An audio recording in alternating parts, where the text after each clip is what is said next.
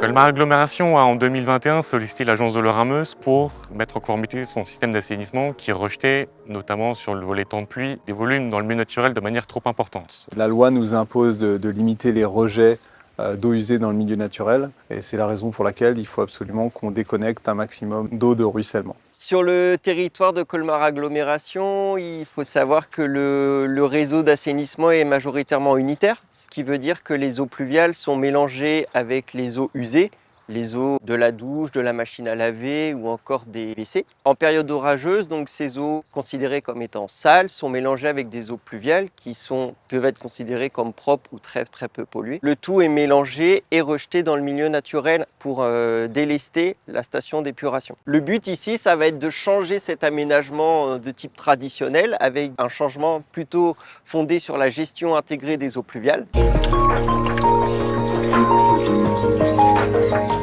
Colmar Agglomération s'est positionné de manière pilote dès l'année 2022 avec une volonté affichée très forte des techniciens et des élus de la communauté d'agglomération de déraccorder de manière importante leurs eaux pluviales. Lorsqu'on nous a parlé de gestion intégrée des eaux pluviales, nous étions plutôt sceptiques.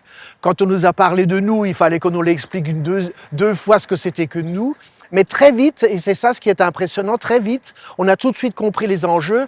Très vite, l'ensemble des élus a dit qu'il faut qu'on y aille, bien que cela puisse poser quelques problèmes, surtout par rapport à l'entretien.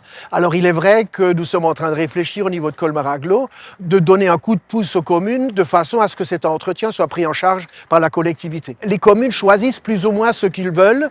Et en plus, naturellement, les bureaux d'études aujourd'hui sont également formés dans ce sens-là, et c'est ça ce qui est positif dans l'affaire. C'est une démarche de coordination entre différentes compétences, donc la compétence eau et assainissement bien évidemment, la compétence voirie, puisqu'on parle d'aménagement d'espace public, et la compétence espace vert, puisqu'en faisant de la GIEP, on mutualise un espace public pour faire et de l'infiltration, et pourquoi pas faire du stationnement ou faire des espaces verts au travers de nous. On végétalise la ville tout en créant de l'infiltration des eaux pluviales, donc c'est gagnant-gagnant, et ça coûte pas forcément plus cher puisque ne pas poser de tuyau, ça coûte toujours moins cher que de poser un tuyau. Beaucoup de travaux de réaménagement urbain sont faits chaque année. Le but ici, ça va être de changer cet aménagement de type traditionnel par la mise en place, par exemple, de noues d'infiltration, de jardins de pluie ou encore de revêtements poreux.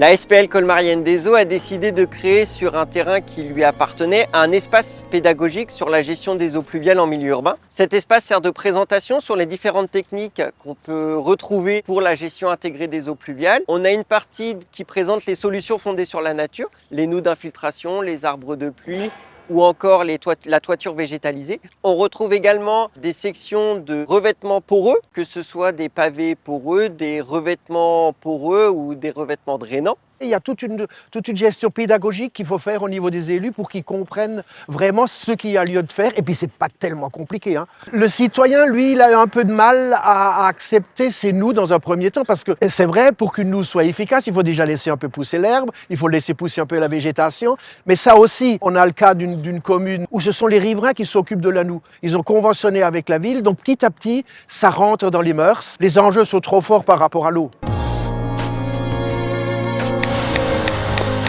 Faire de la gestion intégrée des eaux pluviales, c'est gagnant pour tout le monde. Déjà, on préserve la ressource en eau. Par rapport à la pollution aussi des sols, il vaut mieux infiltrer une petite quantité un petit peu partout que concentrer l'ensemble des eaux de ruissellement et de l'infiltrer à un seul endroit. Faire des noues permet de lutter contre le réchauffement climatique, donc en créant des îlots de fraîcheur. Sur le territoire de Colmar Agglomération, le travail sur la gestion intégrée des eaux pluviales est loin d'être terminé. L'avenir nous réserve encore plusieurs milliers de mètres carrés à déconnecter. Les perspectives, c'est qu'on mette à disposition des communes des techniciens habilités pour suivre les dossiers et pour donc donner des exemples précis et proposer des alternatives par rapport à l'aménagement. Cette agglomération a adopté un plan d'action ambitieux sur la déconnexion des eaux pluviales qui devrait à terme permettre une conformité vis-à-vis des services de l'État. L'agence accompagne les collectivités pour mettre en conformité leur assainissement à travers le financement d'études pour définir un plan d'action sur plusieurs années. Ce type d'études, au niveau de l'agence de l'eau, il y a plusieurs attendus, à la fois un volet curatif, c'est-à-dire de rétention des eaux pluviales, de création de nouveaux bassins, mais également un volet préventif sur la déconnexion des eaux pluviales. En ce sens, Colmar Agglomération illustre parfaitement